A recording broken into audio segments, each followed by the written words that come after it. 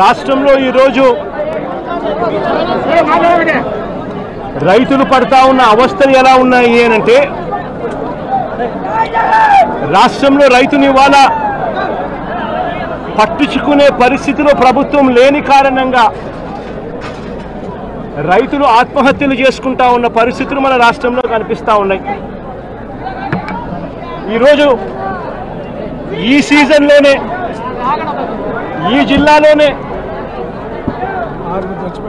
ఇక్కడే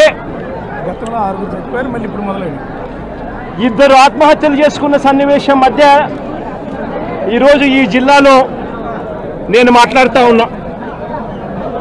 ఈరోజు ఇక్కడే ఇదే జిల్లాలోనే ఇద్దరు ఆత్మహత్యలు చేసుకున్న పరిస్థితులు.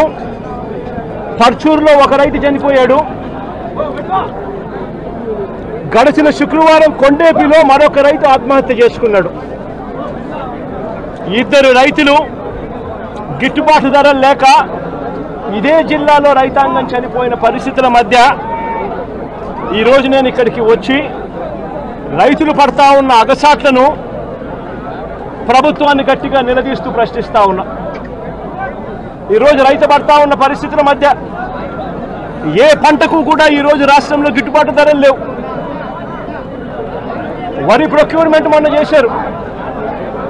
ఏ రైతుకైనా కూడా, ఏ రైతును తీసుకున్నా కూడా కనీసం 300 రూపాయల నష్టానికి రైతు ఎంఎస్పీ కన్నా తక్కువ రేటుకు అమ్ముకోవాల్సిన పరిస్థితిలో ధాన్యాన్ని రాష్ట్ర ప్రభుత్వం కొనుగోలు చేసింది.